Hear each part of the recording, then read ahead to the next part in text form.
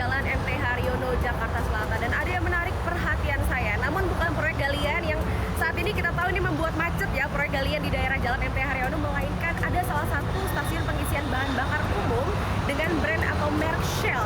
Ini sudah berhenti beroperasi sejak tanggal 31 Agustus 2024. Nah, saat ini kita sudah tepat berada di depan SPBU MT Haryono Shell 2. Jadi mana kalau kami dapati, menurut pantauan kami di lokasi ini memang saat ini sudah ditutup ya.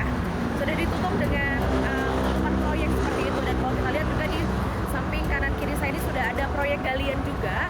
Dan ini juga sudah terpampang banner ya, dengan tulisan mohon maaf Shell SPBU MT Haryono 2 terakhir beroperasi pada tanggal 31 Agustus 2024 begitu. Kalau kita lihat memang saat ini Shell atau SPBU Shell yang saat ini mengoperasikan 46.000 gerainya di seluruh dunia, ini pada Maret 2024 lalu sempat mengabarkan bahwa manajemen akan menutup 1.000 gerai SPBU Shell ini di seluruh dunia.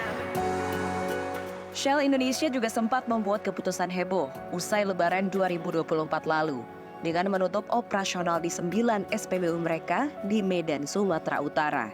Keputusan Shell menutup 1.000 SPBU di beberapa negara hingga 2025 dikabarkan karena perusahaan bakal menggenjot pembangunan stasiun pengisian kendaraan listrik umum atau SPKLU secara masif hingga 2030 mendatang. Menurut Susi Hutapea, selaku Vice President Corporate Relations Shell Indonesia, penutupan 9 SPBU tersebut sudah sejalan dengan strategi perusahaan. Saat ini, bisnis Shell secara global mengarah pada penciptaan nilai lebih dengan emisi yang lebih rendah atau more value with less emissions. Tidak hanya itu, kami dapati SPBU Shell di daerah Cikunir, Bekasi, Jawa Barat juga sudah berhenti beroperasi sejak 31 Juli 2024 lalu. Tadi juga kami sempat berbincang dengan beberapa kuli proyek di depan SPBU Shell MT Haryono ini. Mereka menyebut bahwa kata manajemen di sini mereka mengungkapkan bahwa katanya sedang diistirahatkan. Nah, apakah ini salah satu gerai Shell Indonesia yang ikutan ditutup? Di sisi lain, sejak awal tahun 2023 hingga kini, kami dapati masih ditemukan fenomena orang-orang yang menjual SPBU miliknya ke pasaran. Padahal, bisnis ini dikenal memiliki keuntungan yang besar karena permintaan pasar yang pasti, di mana setiap masyarakat memerlukan bensin untuk mobilitas, baik kendaraan pribadi maupun kendaraan umum. Pemilik menawarkan aset SPBU-nya dengan harga variatif, mulai dari puluhan miliar hingga ratusan miliar rupiah.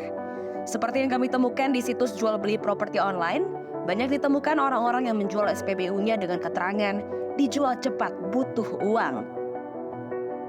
Ketika kami mengkonfirmasi ke beberapa penjual, apa benar SPBU tersebut dijual? Pihaknya mengatakan benar dijual.